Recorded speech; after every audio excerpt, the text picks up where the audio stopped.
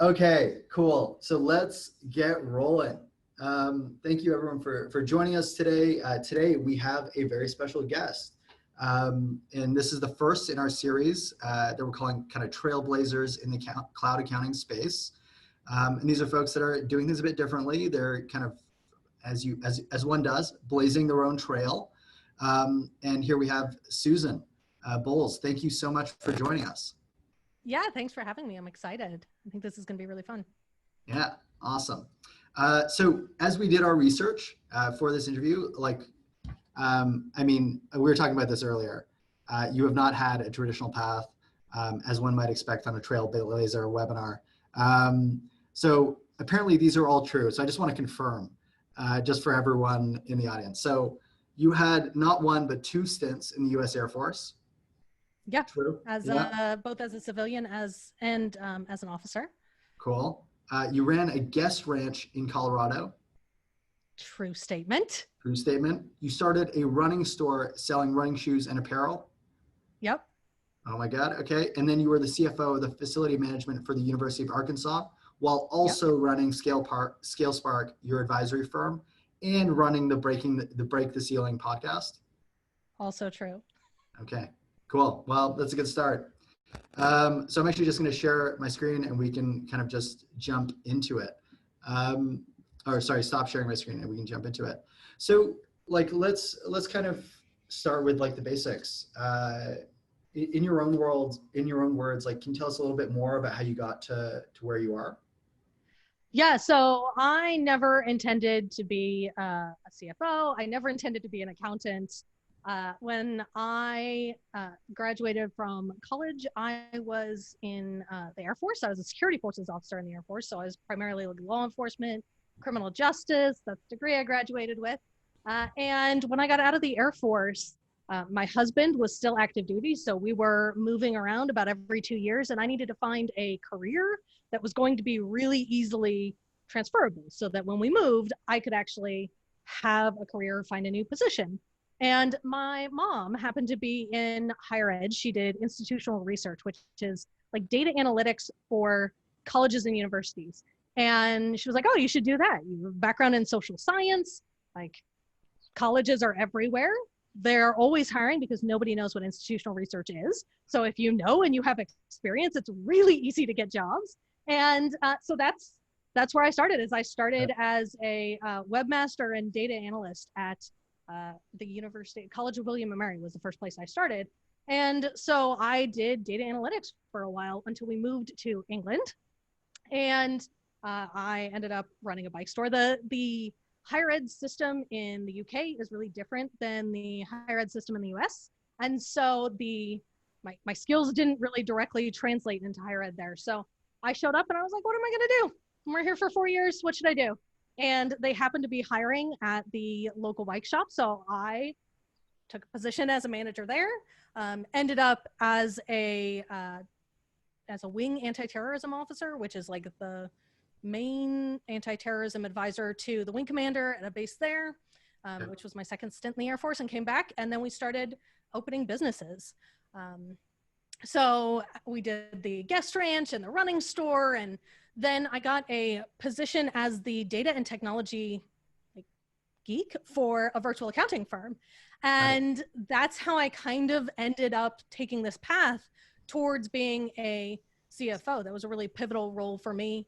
But I was mostly doing, the same stuff I'd been doing for my own businesses, but with a technology bent. Because that was always the part that was really, really fun for me, was the software and being able to use technology to make people's businesses easier to run, more fun, spend less time on the boring admin stuff and actually go do the business. And what happened was that we were doing implementations for clients that we weren't implementing the right software. So a lot of the apps and tools are really similar, and on the surface they look like they would fix the same problem, and they don't always. A lot of it is in the nuance. And so we'd be implementing this tool that seemed like it might fix the client's problem, and I would have to do the implementation knowing it wasn't the right solution, knowing that we were going to go through this. It probably wasn't going to be the solution that they wanted. And so out of that, I was like, I'm just going to do this.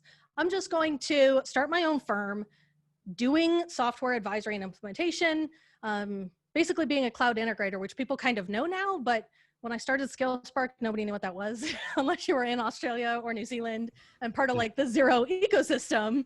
They knew what a cloud integrator was. But here in the US, if I said cloud integrator, people just kind of stared at you like that. Or they're just like, excuse me, what?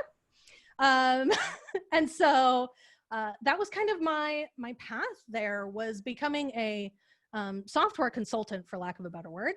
And at the same time, had an offer for a position at the University of Arkansas that I really just couldn't turn it down as a CFO. And so I ended up going down both paths kind of at the same time, because it was just that experience that I got at the University of Arkansas was just so valuable. I couldn't turn it down. So that's how I ended up where I am now. It's a long, circuitous path. So, okay. So like, I think life is funny like that, right? You kind of looking back, Yep. like I would have never thought that would be the path, but it turned out to be it, right? But looking kind of in the rear view mirror, like there's often like a common thread. So what do you think for you was like that one kind of common thread throughout it all?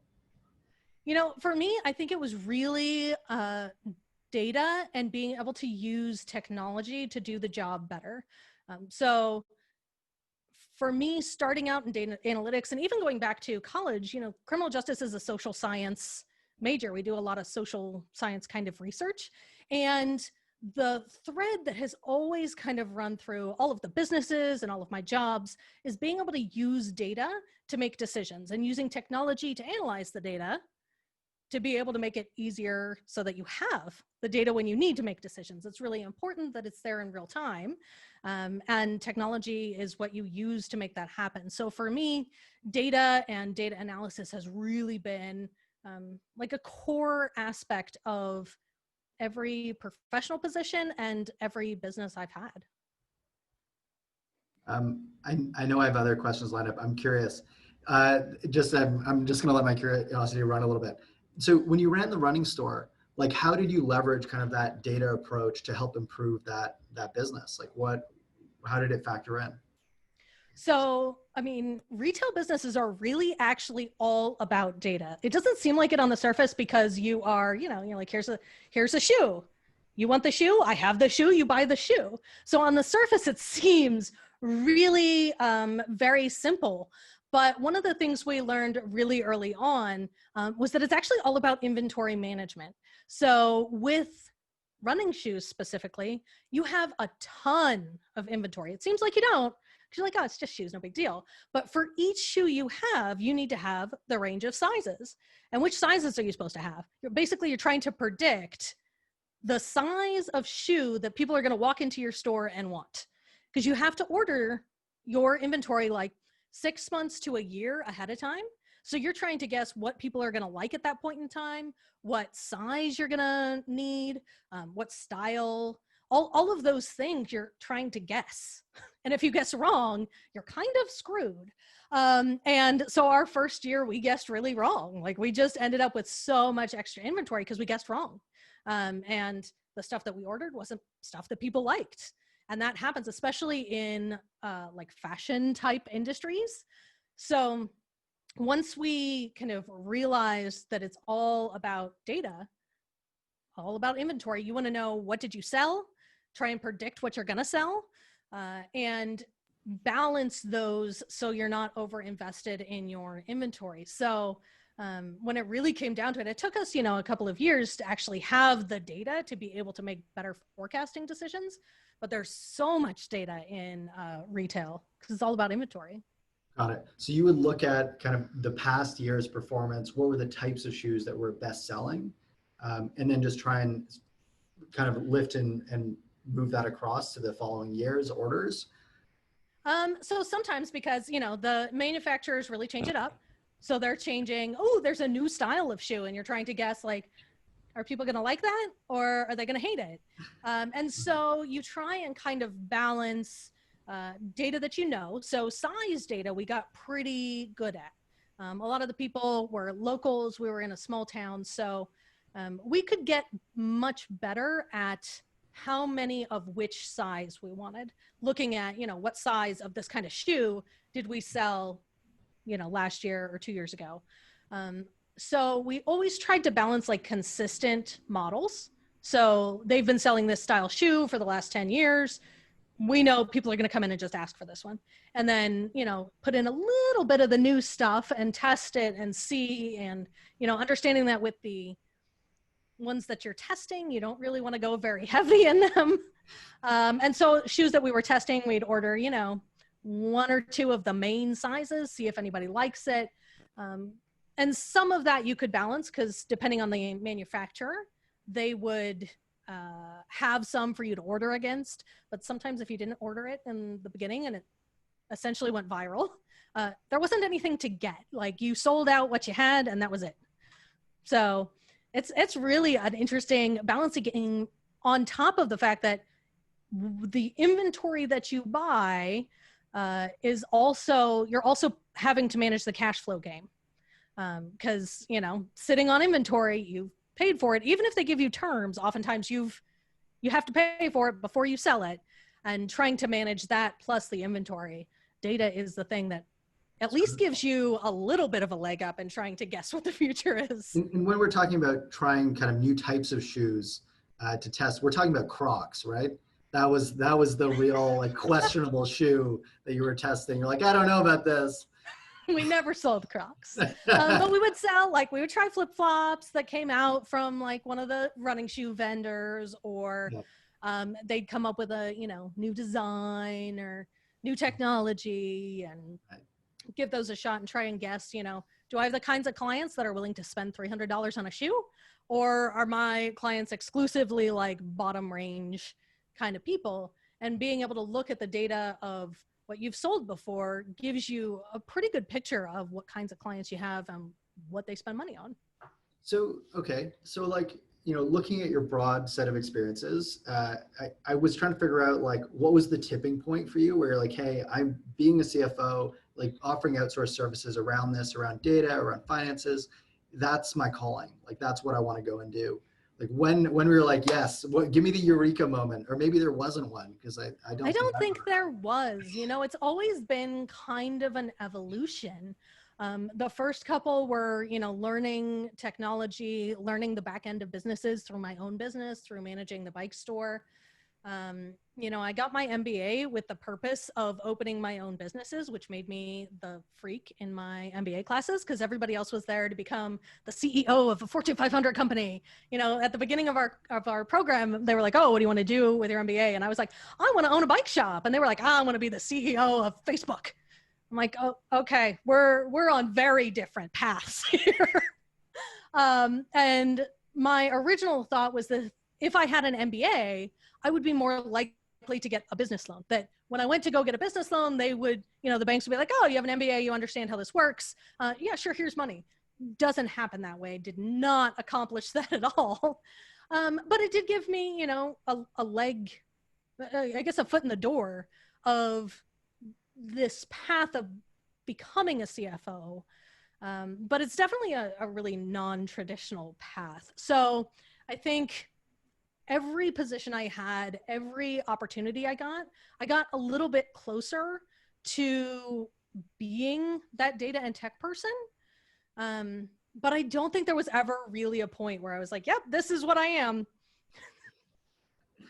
Yeah, wouldn't life be wonderful if it was like that? I think it is for some people, and it's totally not for me.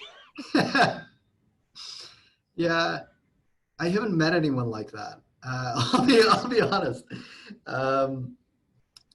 Maybe they are out there and they're just avoiding me. You know, I think like the idea and one of the threads there is like, you know, even when you were at the University of Arkansas, you were like testing out other like side businesses. Like what was the intention there? Was it, I want to just like supplement my income? Like how did you think about it? What inspired you? So for me and my husband, who was a partner in the first 2 businesses, for us, it was always about having our own business that supported our family. Like that was always the goal.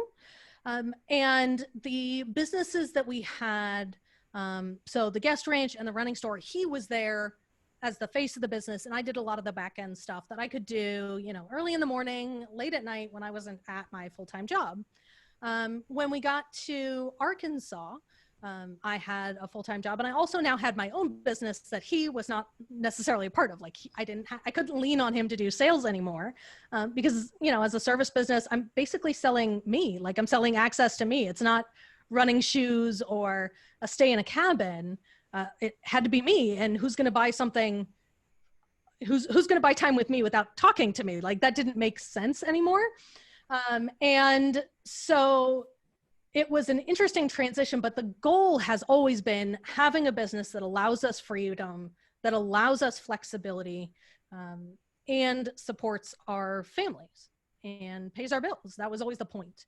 And it took us a while to get to that. So the guest ranch, open all the time. People will walk into your house at, 5 o'clock in the morning, because you live there and they're staying at your house basically.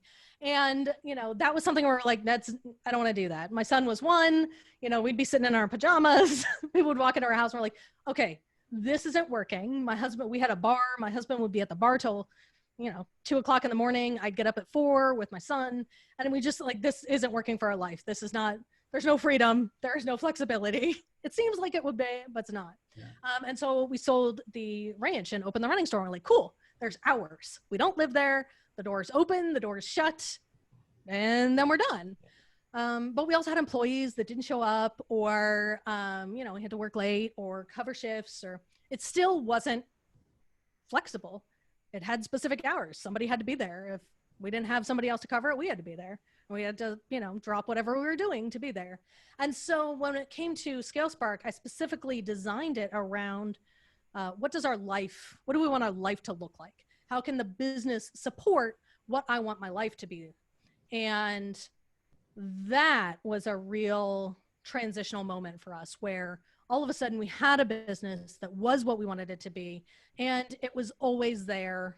The goal was always to get ScaleSpark to the point where I could quit my job and it would be the full-time thing. So even though I had full-time jobs while we were doing this, the point of that was really to give the business runway so that I didn't have to worry about like it supporting itself. It allowed me to experiment with positioning or offers or what I wanted to do without feeling all of this pressure of it having to pay the bills. And that made it so much easier to think creatively about it, to come up with innovative solutions and not have to have the pressure, because our bills were actually being paid by my full-time job.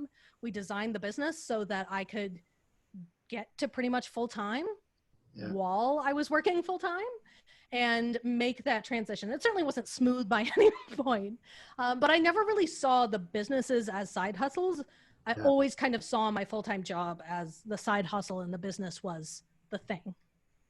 Cool. That, it's like, I don't know. I'm trying to think about where to start there. Right. Like on the one hand, like, I think that resonates for so many people where it's like, hey, I want to go and start something, but I might not have the financial cushion to be able to do it. And so it's like, how do I figure out how to kind of make that happen? And the answer is kind of like, you got to take a lot of kicks of the can. You eventually figure it out. Very few people start one thing and have it be super successful. Usually you got to start 3 or 4 different things, and being able to start something and test it out and see if it's going to work without having the pressure of this has to work compared to my friends who are starting businesses at the same time that had to get clients. They weren't paying their mortgage if they didn't get a client. I was just able to I was able to invest in things that ultimately made my business grow faster because I had the money. Any money that came in from ScaleSpark was something I could reinvest. I didn't have to worry about pulling it out and balancing the investment of, growing a business with paying my mortgage. It made it so much easier. I think that there's also like kind of an implicit part of that is where, because you have that salary, you're not holding the idea tightly in your hands, right? You No. can kind of disconnect from it. You can try things. You can figure out what's working about the idea and perhaps zero in on that, right? Like you mentioned, being a cloud integrator, it's like you knew the service you were offering was like the right one. No one knew what the heck a cloud integrator was. Like in Australia, big thing, big industry. No, Yeah. I had such a hard time trying to figure out how to talk to people or how to describe it, because this was, I guess, 4 years ago now. So people still weren't really sold on the idea of like using cloud apps. And for me, that was something that is the reason I got good at it. It was because I had to figure out how to use technology to operate really efficiently. I didn't have a full time to do my bookkeeping or to, send confirmation emails to clients or any of that stuff. Like I had to figure out how to use technology to basically do my job while I was gone. And I just had to experiment. There wasn't a lot of information out there. So I did 42 trials of all the different software and like just over and over, just trying stuff. And that's how I got good at running businesses efficiently, is because I didn't really have a choice. So I had lots of flexibility in terms of finances. Like I could throw money at a problem, or I could buy a course, or I could pay for a software, but I didn't have time. So whatever I was going to do, it had to work. It had to work without me. And trying to explain that to people 4 years ago was still a little bit foreign. Now post-COVID, everybody's like, oh yeah, that's what I'm supposed to be doing. 4 years ago, people still weren't sure that like the cloud was cool. Like, you want me to do things that aren't on my desktop? I don't know how I feel about that. So if you were to go back 4 years ago and give advice to Susan from 2016, what advice would you give her? I honestly don't think I would have changed anything. I think it's the path that I had to go down. And that, I am a big believer of like, there's not really any mistakes. Like everything is just more data. So for me, failures, that's more data. Stuff that doesn't work, that is data about things that didn't work. Take that information and try something else. And that's kind of my, how I work, is I like to try things, experiment, see what works, see what doesn't, get data from that, shift and move forward. And so I don't know that there's anything that I would like, I'm not sure there's a way to shortcut the journey from where I was 4 years ago to where I am now. And part of that is because, I guess it's corny, but like being a trailblazer, being somebody who's trying to redefine what something is, there's not really a model. So it's kind of your own kind of evolution that you have to figure out how to get from here to there. And I still don't think I'm sure I'm not done. Like, I'm sure there's more to shift and more to learn and further down the evolution to go, but I don't think I'd change anything. It sucked. The first couple of years sucked. The first couple of years of anything suck. Like they just do. Listening to how you describe that journey, number one, it's like such a positive attitude that mistakes are just data. It's like people who run and they're like, yeah, pain is just weakness leaving the body. It's like, yeah, I don't know about that. I'm pretty sure it's just pain. I'm not saying it's not painful data, but it's just data. It's just more information that ultimately helps you make better decisions in the future. Yeah, and so I think the thread there, I think that a lot of people perhaps can learn from is that, if you fail at something or something you tried doesn't work, it's not a reflection on you or your understanding or anything there. It could just be that, hey, it didn't work and you have to try something else. And maybe that thing that you tried worked for someone else, but that's not a reflection on anything. You just have to find the things that work for you. That's the one that kills me, is the 7 figures in 7 days or whatever, like follow my framework, do what I did to, copy my success. And I'm like, you can't, like, it's not possible for me to copy your success, because what you did, what you're selling me, worked when you did it. It doesn't mean it's going to work now. Certainly not now. A lot of the, online marketers, online entrepreneurs that are selling these courses, they did that $1 million back when nobody had a course. There was no competition. Like you just happened to be there and hit the right time, so me replicating your process doesn't mean I'm going to be able to replicate your success. And so I think we all have to kind of make our own path and figure out what works for us, what works for our family, what works for our business, and that is an important part of the kind of entrepreneurial journey. Absolutely. You just have to try stuff, right? Yeah. You just have to try, and it sucks. I'm like, that's the worst answer. And I always feel bad because people are like, oh, tell me what to do. And I'm like, well, it depends. And that's the worst. Everybody hates that answer. And you're like, oh, it depends. Well, I mean, it's just, look, it doesn't suck. If there's anything I'm taking from this, it doesn't suck. It's just data. It's just data, data coming in. Sometimes the process of getting the data is emotionally fraught. Maybe is the best way to put it. Okay, so after kind of grinding through like a few different businesses, you're at the University of Arkansas, you're now like, okay, the income from ScaleSpark, it's working, like we're ready, let's go do this. How did it feel to kind of hand in your resignation and get started? Slightly terrifying. Like, even though I was really well prepared, I'd been planning, at the beginning of 2019, my husband and I sat down and we're like, this is the year. So this is the year where ScaleSpark's going to probably make enough money for me to be able to quit my job. It's going to replace my full-time income. This is the year. But in order to do that, I'm going to need to be basically full-time in both. And I mean, full-time in ScaleSpark is significantly less than full-time in a corporate job because I didn't have to sit in meetings unless I wanted to. And there's a lot less, bureaucratic stuff to deal with that sucks up time. But it was still going to be basically 2 full-time things. And that transition really required us to both commit to that, to know that I was going to be getting up super early and working a couple of hours on ScaleSpark stuff before I went to work. It meant that I was going to probably be working on weekends. I was going to be working on time off. We didn't really take any vacations because I could not swing the time off from both. And so we had planned to do this really well.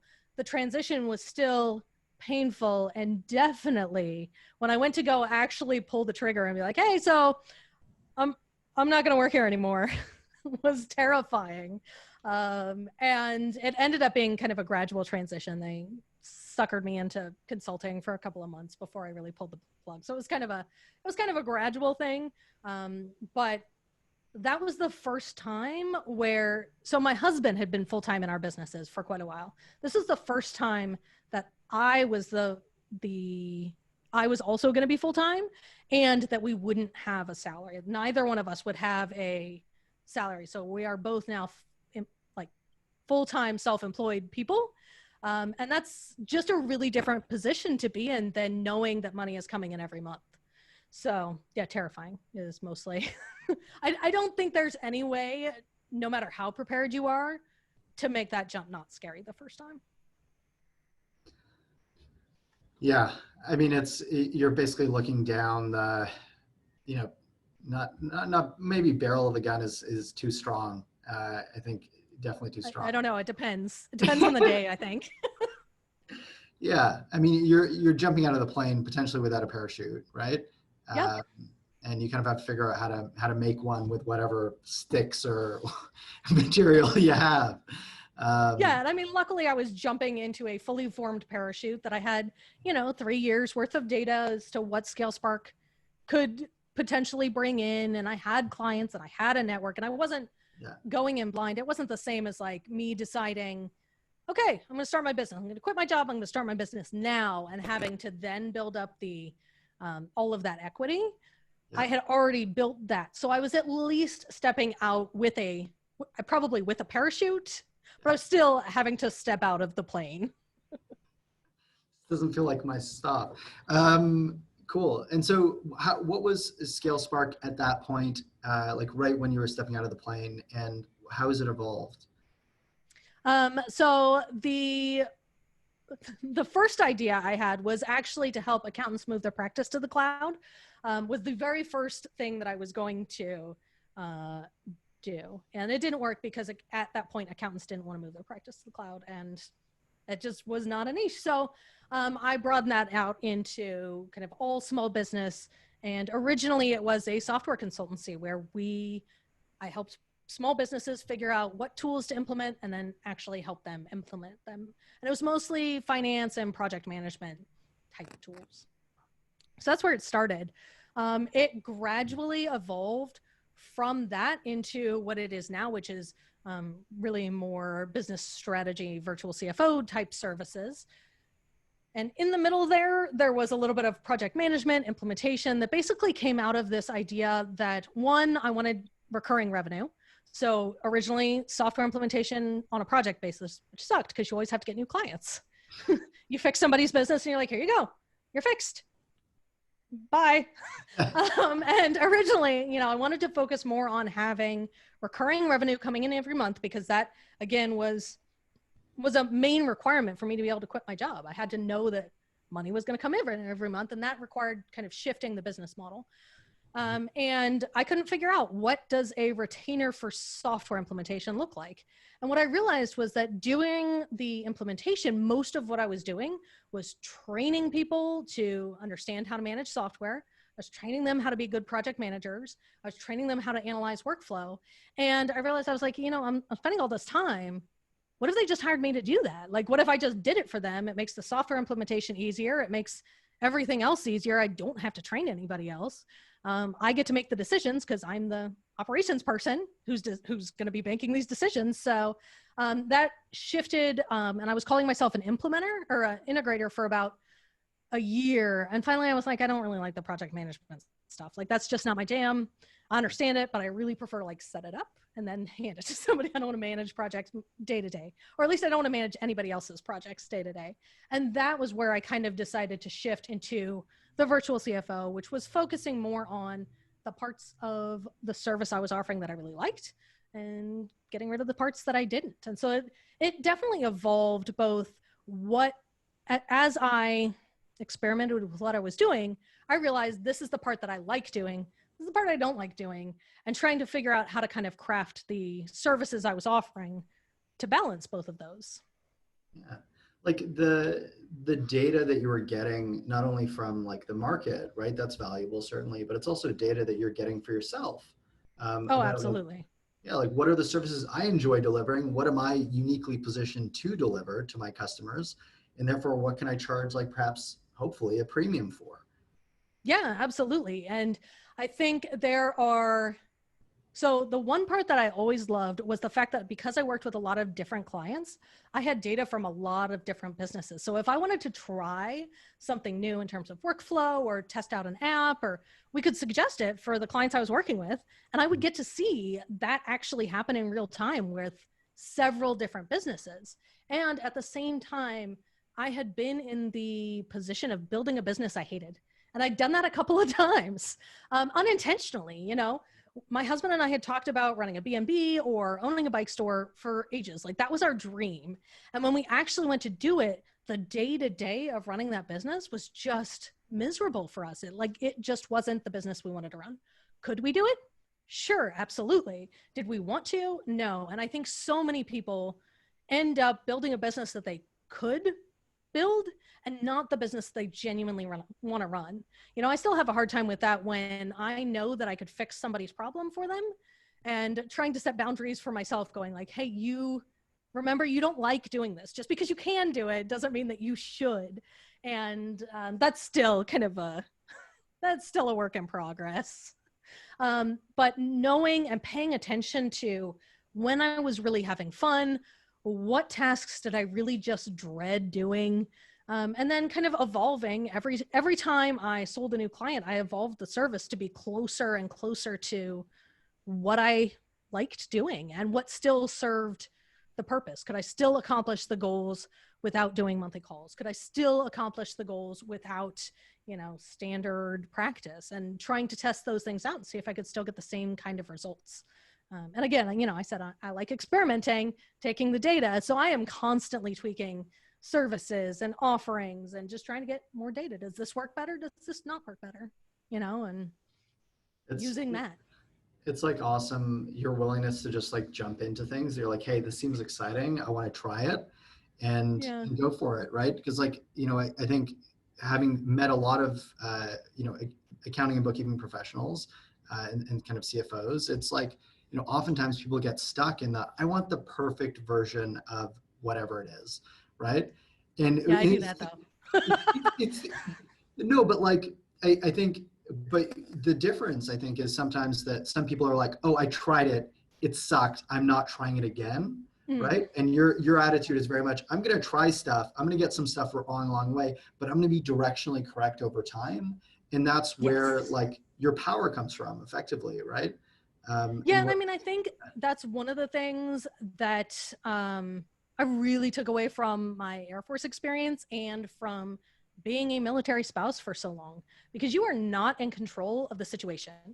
You have zero control of anything at any given time. Somebody's going to come break your life. Like, and that's not really a joke. Like, they're going to be like, hey, your husband's going to be gone for 6 months. Hey, you're moving to another country. Hey, you're moving to another state. You know, all of those things happen. And the only thing you have control over is how you react to it.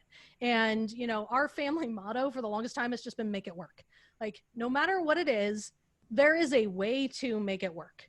And so I think I bring a lot of that into my business because I know there is a way to make it work, and you just have to figure out what it is. love that. I love that so much. Okay, so I mean, on the note of kind of influential people and kind of mottos, right? Like I love the idea of make it work, just make it work. That personally resonates pretty deeply. But like, you know, have there been any particular like influential people in your world, or like authors, or anyone that has kind of helped kind of form your worldview? So absolutely. The list is probably too big. Personally, when I was young in the Air Force, and I showed up at 21 and had to lead 120 people who all knew their job better than I did. I had a few mentors that really, really helped me learn how to lead people, was hugely influential. And they helped me figure out how to mentor other people from a like, you know, world view of people that other people might have access to, because nobody listening has access to those folks. When I started out in business, Pia Silva was somebody who I ran into very early on. She wrote a book called Badass Your Brand, and it is theoretically a marketing handbook, and it's not a bad marketing handbook, actually. It's short, it's simple, it's very easy to read. But the part that I took away from it was that it's actually like this really direct operational handbook on how to run a super, super, super efficient and profitable service business. And while I don't like follow everything that Pia like teaches, because Mhm. I'm not much one for frameworks. I'm going to take what I'm going to take and combine it with somebody else's. But she has such a great, clear framework for here's how to package services. Here's how to price your services. Here's how to position yourself. And so that's one that really heavily influenced my perspective of how to run a service business very early on in ScaleSpark, because running a service business is very, very different than running a brick and mortar business, or, you know, with the guest ranch, with the running store. You know what that is. I'm telling you I ran a guest ranch. I'm telling you I ran a running store. I don't have to describe it any more than that. You know what that is. You have a framework for it. But telling somebody you're a cloud integrator or an integrator, or even really a virtual CFO, there's not a lot of framework for that yet. And so you have to kind of create this whole language to describe what it is that you do. And it's especially hard if you, like me, are combining several different fields. You know, what I do is actually probably at the intersection of being a CFO, a CTO, and a COO. Like, they all kind of intersect, and trying to describe that to people is really difficult. And Pia's book does an excellent job of describing that. I would say somebody else that I still have a relationship with and still find a lot of value in listening to is Tara McMullen. She has a community called What Works, and she's got a podcast also called What Works. And her, I guess the community ethos is about not hustling. So balancing work, balancing life, thinking really carefully and considerately about how you build your business. And that's been very influential for me. Cool. So just to just separate those out for a second, like I love the idea of, you know, where we all start is not necessarily unique or like original, right? No. In a certain sense, we all kind of have the same set of problems, broadly speaking, and we're all trying to like figure it out. And so finding someone who has like a framework might not be perfect for your business long term, but like something to start with, incredibly Such a good place to start. Yeah. Pia actually wrote a really good article. I think it's about Picasso, basically about that you copy until you understand the rules of the game. And at that point, then you can start to operate really creatively. So I did a ton of research. Like I am by nature, I want to learn things. So when I started ScaleSpark, I read everything. I read everybody's framework. I took all of the courses. I never followed anybody's exactly, but it's so powerful to be able to understand what is happening, understand why they are describing the framework they are, because then you can take that and manipulate those rules. You can build more creative business models. You have inspiration for new ideas. And so I think being able to learn and understand what other people are doing, what creative things other people are doing, can be really powerful. I like to say that business is, it's a Andy Warhol quote that business is the best kind of art. And for me, like business is art. That's the fun. That's the creativity, that different business models, playing around with it. So I think having some place to start with is crucial. Like understanding that there are other choices out there, that just because somebody said this is the way that it has to be is not at all the way it has to be. Yes. So what, like, you've kind of gone from transition from like selling products to selling yourself and your services. Like, what was the most challenging part of that? Getting out of my own way, probably. Really, probably trying to talk about what I do in a way that people who can't do what I can do understand what I do, and being able to talk about the value of what I do. In that having to figure out how to talk about stuff was a huge difference for me from a retail store or a guest ranch, because again, you know what those are. I don't have to tell you, it just is. And in a service business, especially like an online service business, there's so much. You are literally limited only by your imagination. And being able to clearly communicate what you do, the value behind it, is like a critical part of being able to be successful and profitable at that. Because if people don't know what you do, they can't hire you. But that being able to get outside yourself and create something, because essentially I'm still selling me, I'm packaging me and my expertise in particular ways. And there's just so much that comes up with that, you know, in terms of your own self-worth that gets in the way, in terms of imposter syndrome, and like all of those things. Mindset plays such a big role in a service business, like owning a service business and positioning a service business. And that can just be really challenging. And for me, that was, and still kind of is sometimes, probably the biggest hurdle that I had to overcome between selling products and physical things to selling my time and my services. When you're working with the business owners that are your clients today, like how often are you kind of getting involved around like their mindset? And because like I think the idea that like to be successful, you have to get out of your own way. That's a significant percentage of it, right? Yeah. 100% is. Right. It's like, what do I suck at? What am I willing to admit to myself I suck at? And how do I get out of the way so that better people can focus on it? So I actually think the harder part is the stuff that you suck at that you can't tell that you suck at.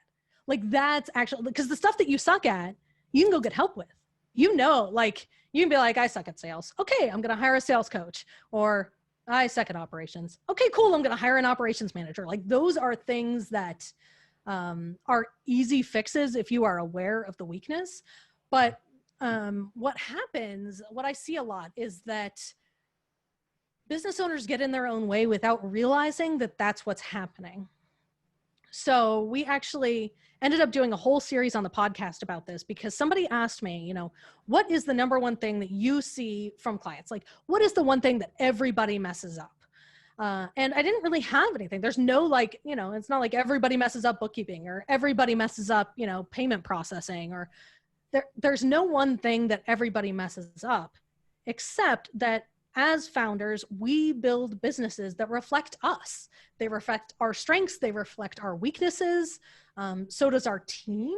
So what I end up doing with clients is often creating systems to get around their weaknesses and systematize so that they can't get in their own way. So like a good example is, if you're somebody who doesn't like selling and you don't like reaching out to people, you create a system of either reminders or you automate it. Not that that's the best way to do cold outreach. Please don't do automated cold outreach. It just sucks. But you can create systems and structures that make the process easier or sometimes get you out of the process. So you don't have to remember to do it. Or you don't have to physically, you can't break the system is the goal, is so that when you get messed up in your own head, you're not going to break your team. You're not going to break your, your business. One of the best examples I have is that I actually have a client who he knows that he's a visionary. He knows he's going to drive the train off of the tracks if somebody lets him. Like he will get so excited about new things in his business. He's going to shift the whole thing, throw off all of the work that's been invested. He knows that about himself. He's aware of it. And he decided to hire around that. So he hired a chief operating officer and gave that person power to be like, hey, tell me I'm messing stuff up. Don't let me mess stuff up. Here's the plan. We're sticking to the plan. And anytime I try and deviate from the plan, don't let me do it. Right? He hired me. And the same rules, like, here's the plan. We're sticking to the plan. Don't let me mess this up. And so he was aware enough of his own limitations. He hired around it and then gave people permission to tell him to stop. And that's just one example of like creating a system around what are your weaknesses and kind of cutting it off at the legs. So while I don't necessarily do a lot of like specific mindset work with people, usually we are saying, hey, this is a limitation. Sometimes maybe you need therapy to deal with that. Sometimes you need a business coach to deal with the mindset. And there are specific people that deal with that aspect. Where I'm usually dealing with it is let's create systems so that you can't get in your own way. Got it. And so like how, when you identify something that someone doesn't know, it's like the stuff you don't know, right? How do you have that conversation? So by nature, I'm just somebody who is very blunt. Like I have a real hard time sugarcoating stuff. I'm going to be as nice about it as I can. But oftentimes it's really just saying, hey, this is what I'm seeing. Here's the impact. Are you aware that you're doing this? A lot of times it comes down to particularly managing a team. A lot of times when we become business owners, we didn't come out of managing a team. We have to manage a team by nature of, having hired people. But especially in our own business, it's not like corporate where you could just go to let's go to a supervisor training course, however effectively those end up being. But oftentimes as business owners, it's our baby. We want to control it. And we don't do a good job of communicating what we are trying to accomplish. And then we blame it on our team because they're not meeting your expectations or, they're not doing what you're supposed to be doing. You're like, I hired the wrong person. And oftentimes it's not that you hired somebody who's the wrong person. You didn't tell them what you wanted them to do. We think we did, but we didn't.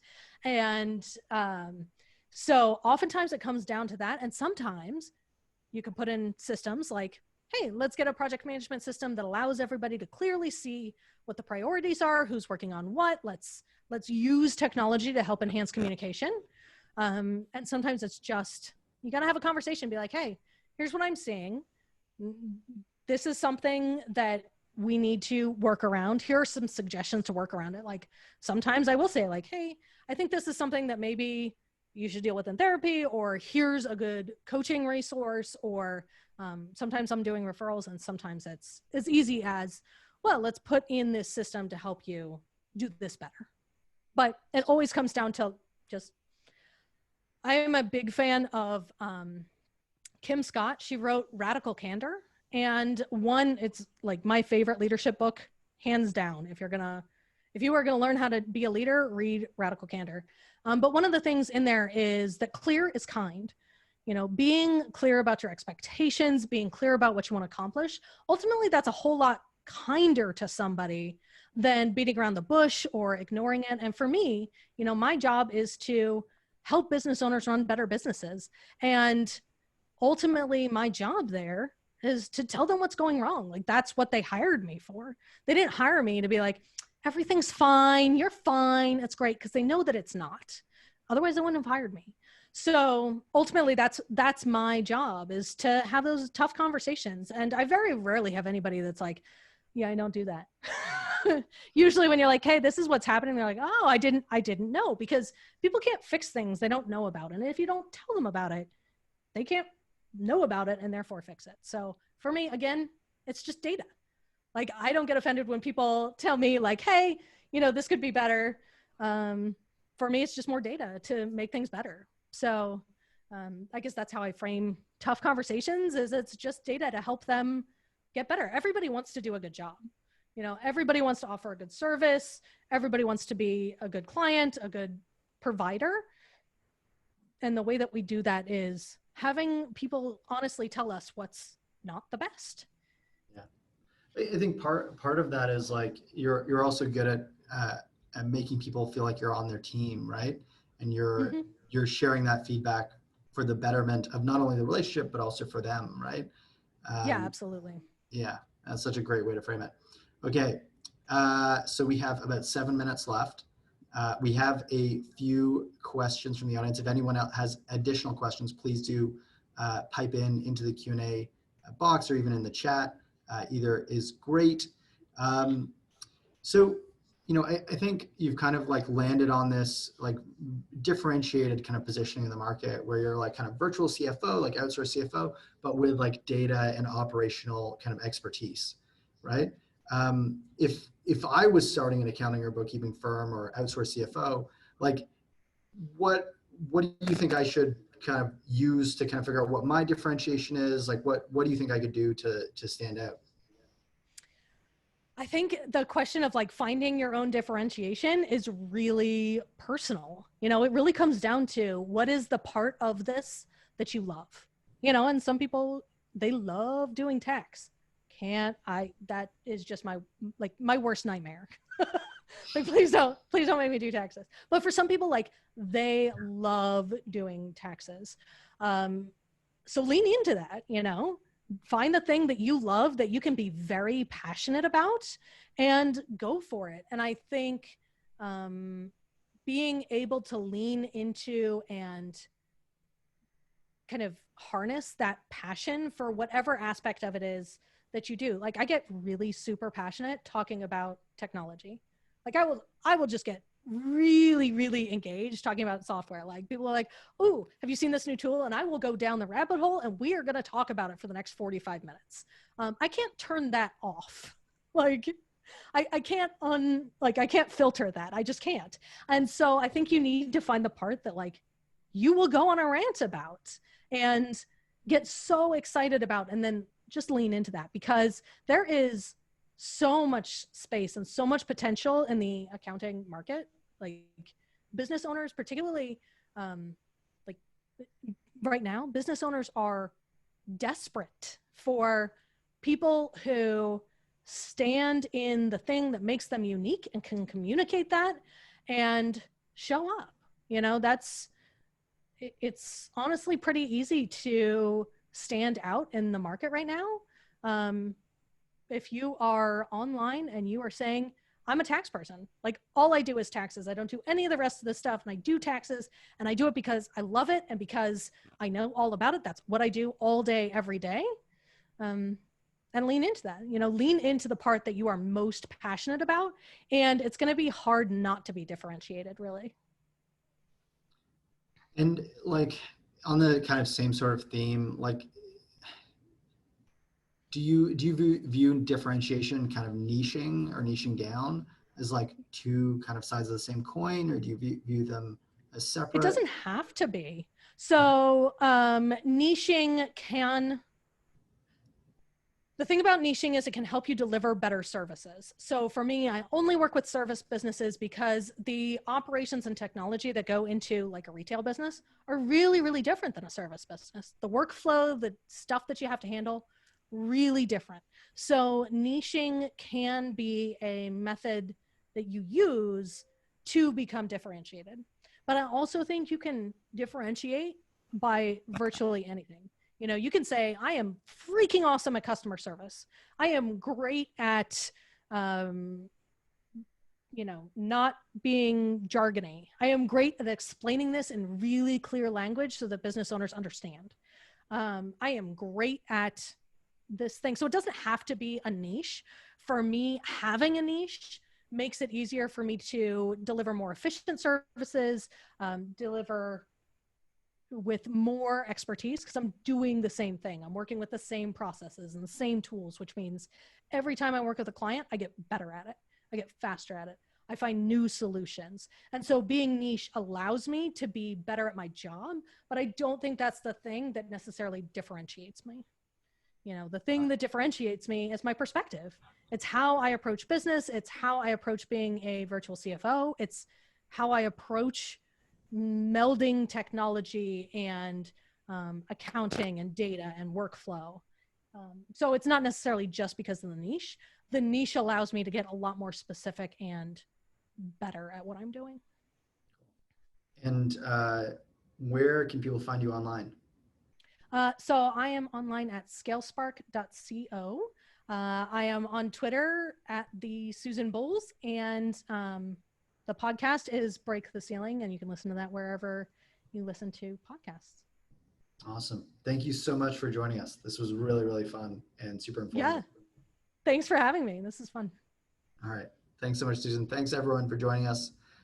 We'll send the recording via email. Thanks.